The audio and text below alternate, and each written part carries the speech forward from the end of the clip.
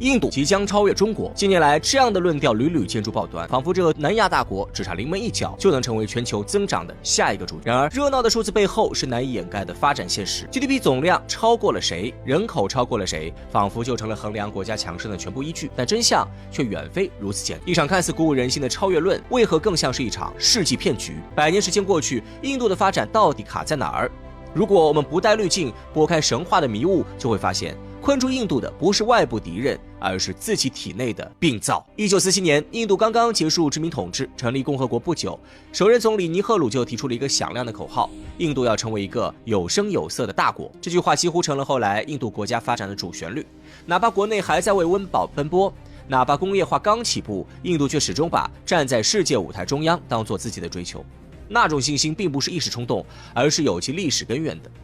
毫无疑问的是，印度有着深厚的文化和历史积淀。在印度精英阶层眼中，他们并不是一个新国家，而是一个古老文明的现代延续。从佛教、印度教到吠陀文化，从恒河流域的古国到莫卧儿帝国，印度长期以来都认为自己是世界上最古老、最有智慧的民族之一。这种文化自豪感让印度在刚获得独立时就有一种我本来就该是大国的心态。同时，印度的体量也给了他底气，不管是国土面积还是人口数量，印度都不输世界上的任何一个大国。1947年建国时，印度的人口已经超过3亿，在全世界名列前茅。地理上横跨南亚，三面环海，战略位置重要，资源丰富，民族众多，这些先天条件在印度看来是做大国的天然资格。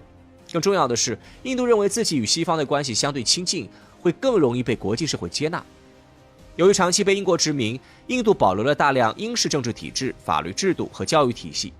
英语在印度的普及程度在非英语国家中首屈一指。建国后，印度虽然坚持不结盟，但实际上与西方的联系从未中断。冷战之后，尤其是21世纪以来，美国更是把印度视为制衡中国的重要棋子，这也在某种程度上抬高了印度的国际地位。从尼赫鲁到今天的莫迪，印度政府对做大国的执念一直没有变。他们发展核武器，发射火箭，申办国际盛会，积极参与各种多边对话平台。哪怕经济增长缓慢，哪怕社会问题层出不穷，印度始终在努力发出自己的声音，争取露脸的机会。对外，他们希望世界把印度当作大国；对内，他们也不断灌输我们是强国的理念。但有声有色归根到底只是外在表现，一个国家是不是大国，最终还得看它的综合国力和治理能力。印度不是没有努力，为了成为有声有色的大国，建国以来的每一代印度领导人都投入了相当多的精力和资源。比如在工业和经济发展上，印度不是没有规划。独立后的尼赫鲁政府提出了混合经济思路，一方面保持部分私营经济的活力，另一方面又让国家主导重工业发展。他们建立了大量国有企业，比如印度钢铁公司、印度煤炭公司等，意图通过国家力量推进工业化。但由于官僚体系臃肿，效率低下，很多企业发展的并不理想。到了1991年，印度经济陷入严重危机，不得不向国际货币基金组织求助。这场危机反而成为一次转机。以辛格为代表的改革派推行了一系列市场化改革，放松对外资的限制，鼓励民营经济发展，也由此催生出印度后来的 IT 神话。班加罗尔一跃成为印度的信息技术中心，大量软件公司和外包企业再次落地，印度程序员走出国门，走向全球。在科技上，印度也非常有雄心，它是世界上较早拥有核武器的国家之一。1974年，印度在拉贾斯坦沙漠进行第一次核试验，宣称这是和平核爆，但谁都明白，他是在向世界证明自己有能力掌握终极武器。1998年再次进行核试验后，印度彻底进入有核国家俱乐部，这对印度来说是身份认同上的一大跃升。在对外关系上，从尼赫鲁时代开始，中国就被视作印度最主要的对标对象。两个国家同在亚洲，几乎同时独立，都是人口大国、文明古国。这种天然同龄人的身份让印度对中国格外敏感，尤其是改革开放后，中国在经济上一路高歌猛进，逐渐甩开印度的那一刻起，这种敏感变成了强烈的竞争心理。印度不愿被比下去，更不愿被世界视为落后一档的角色。为了追上中国，印度几乎在所有关键领域都把中国当作参照系。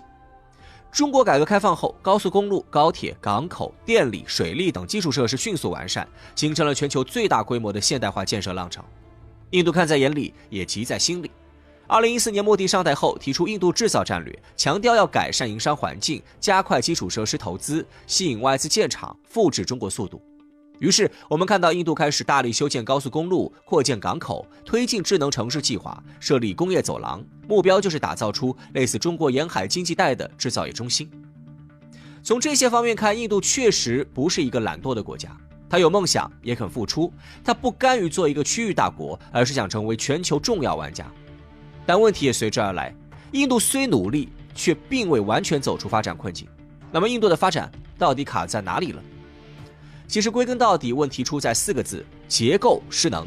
最首要的是政府治理能力的长期低效。印度虽然表面上是一套成熟的议会民主制度，但在实际运行中，这套体系常常陷入政党纷争、效率低下的泥潭。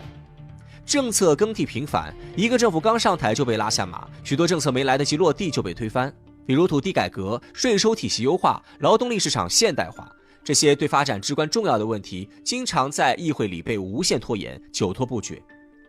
与之相伴相生的是官僚体系冗杂僵硬，严重拖慢了执行效率。印度的官僚系统保留了很多英殖民时期的管理模式，重规章轻执行，地方政府之间协调困难，项目推进效率低下。想修一条路、建一个厂，不仅程序复杂，还容易遇到贪腐问题，权责不清，推诿扯皮。很多外资企业对印度投资望而却步，根本原因不是市场不大，而是办事太难，成本太高。更重要的是，印度的社会结构问题根深蒂固。种姓制度虽然法律上被废除，但在现实生活中依然广泛存在，尤其是在教育、就业、婚姻等领域，仍对底层人群造成极大限制。这种看不见的天花板限制了社会流动性，削弱了整体人力资源的活力。再加上宗教分裂、语言多元、地方民族意识强烈，让本就复杂的治理体系更加碎片化。很多国家层面的政策到了地方根本推不动。同样的，社会层面的问题还在于教育与基础设施的长期滞后。印度有极强的高端人才输出能力，硅谷有不少印度面孔，诺奖获得者也不在少数。但问题是，这些只是金字塔顶端的人才，大部分印度人接受的仍是基础薄弱的初级教育，农村地区识字率长期徘徊不前，医疗、饮水、住房等公共服务覆盖率低，让人口红利变成了沉重的社会负担，而非经济增长的动力。不仅如此，印度的经济还面临着结构长期偏失的问题。印度跳过了制造业的全面崛起，直接从农业社会跃入服务业导向的经济体。这种跳跃式发展在初期带来了软件外包等优势产业，但也留下了巨大的结构性短板。制造业始终无法形成强劲支撑，就业吸纳能力弱，技术积累不足，最终造成的是增长无根基，就业无保障。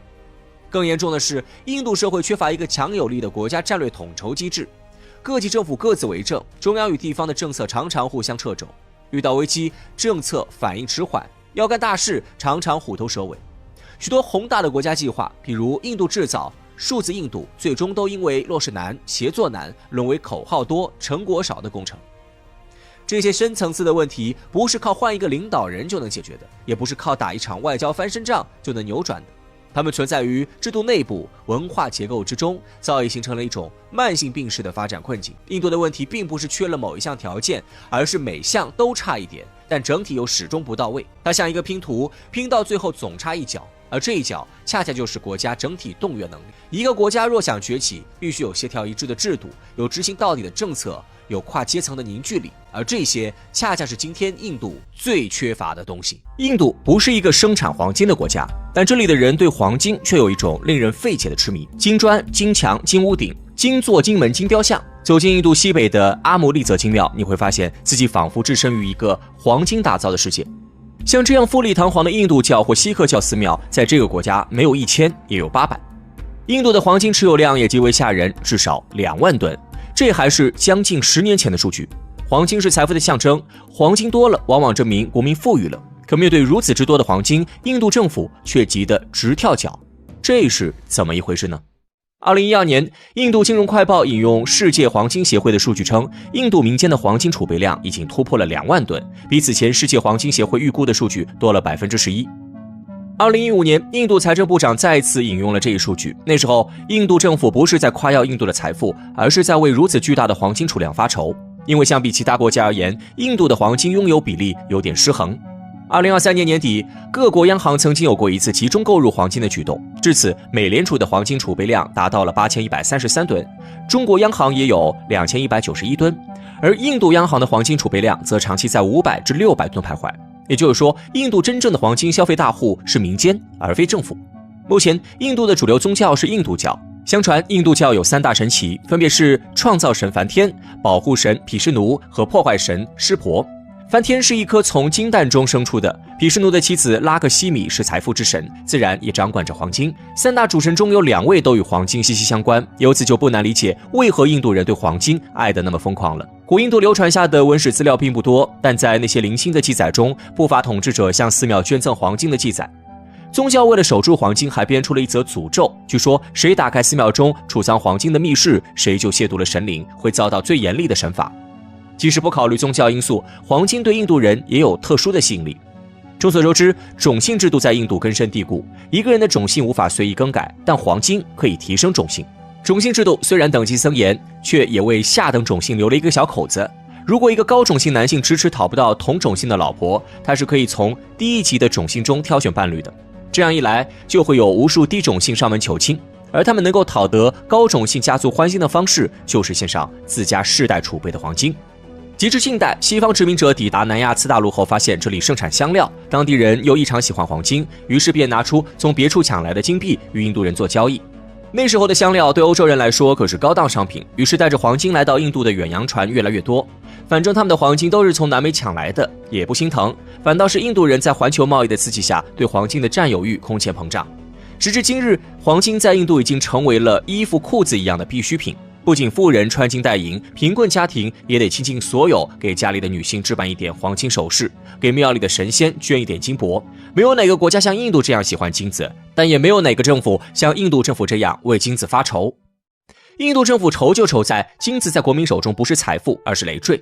印度本土的黄金产量非常有限，而且能够找到的黄金储藏越来越少。上世纪50、60年代，印度每年还能产出几十吨黄金，可到了2023年，印度的黄金产量已经下降到了1.4吨，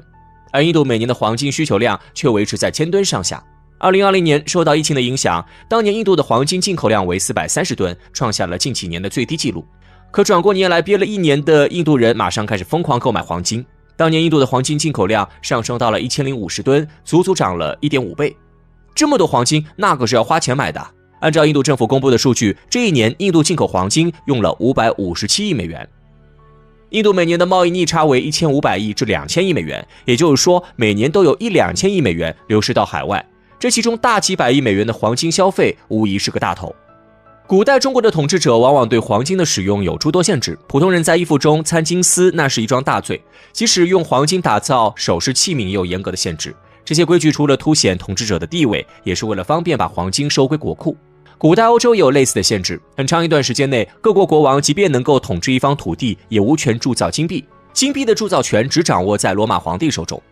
中外统治者之所以如此看重黄金，正是因为它的经济价值，可偏偏印度人从古至今都不愿正确利用黄金的经济价值。在今天的世人眼中，黄金是一种理财产品。如果这2万吨黄金放在其他国家，通过高买低卖，或许可以大赚一笔，即便是赔了，也不至于倾家荡产。可在印度，黄金就像消耗品一样，人们消费完就不会让它再流动了。送进寺庙打成首饰的自不必多说，即便有人把它当成理财产品，那也是挖个坑埋进土里，不到万不得已绝不取用。在印度的风俗里，当有人把自家的黄金拿出来卖掉，其他人都会以为他家要破产了，因而就算为了面子，也不会有人卖黄金。也正是因为这样的观念，让印度政府面对民间拥有的大量黄金，不免有些焦头烂额。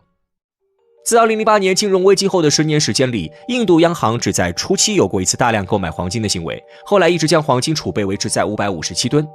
2018年至2019年上半年，各国央行都在收购黄金，印度央行也跟着购进了一些，可没过几个月又尽数吐了出来。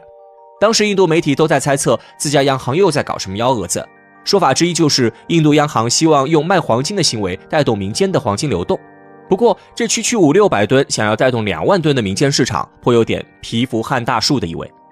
说起来，2万吨这个体量，大多数还是最近20-30年积累起来的。要知道，印度也曾是一个计划经济国家。1947年，印度政府一刀切式地禁止了黄金进口。1964年以后，就连民间的私下交易也不被允许，想要买黄金，必须等政府的统一调度。那时候，印度的黄金交易额维持在每年65吨左右，远没有现在这么离谱。但市场经济是大势所趋，90年代后，印度也实行了经济体制改革。1991年，印度重修黄金管制法，允许国民自行交易黄金。1997年，政府开始允许指定的银行或代理商进口黄金。2003年，设置黄金交易所，全面放开了黄金的进口和民间交易。从2003年到现在，不过短短20年，印度黄金市场迅速扩张，已然成了如今拖累国家经济的庞然大物。在21世纪的2任印度总理看来，滚滚而来的黄金进口热潮无异于洪水猛兽。2013年，前总理辛格将黄金进口关税从4%提升到了10%，同时在全国实行80:20规则，即进口商进口的黄金只能有80%用于国内市场，其余至少20%必须再出口到其他国家。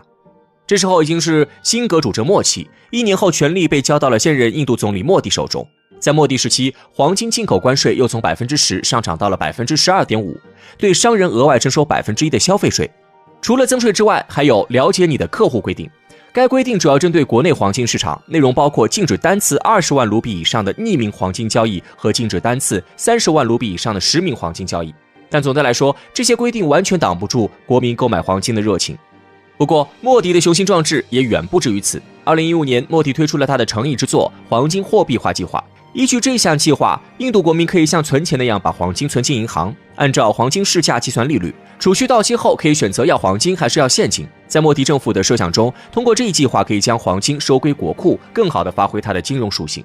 无论从哪个角度来看，莫迪的黄金货币化计划都是一项不错的政策。与之配套的还有主权黄金债券计划、印度金币计划等。然而，莫迪千算万算，就是没算到印度人买黄金不能以简单的经济理论揣度这一点。他们对黄金的崇拜不计成本，近乎信仰。自黄金货币化政策落实以来，2017年印度银行吸收了11.5吨黄金，第2年锐减至6.5吨，到了第3年只剩下4.8吨。3年下来，全印度只回收了22.8吨黄金，约占民间持有量的1/1000。按照这个速度，莫迪想要把所有黄金利用起来，需要3000年。很显然，黄金货币化政策已经名存实亡。这种尴尬的结局，无疑也预示着想要解决印度的黄金问题，该国政府还有很长的一段路要走。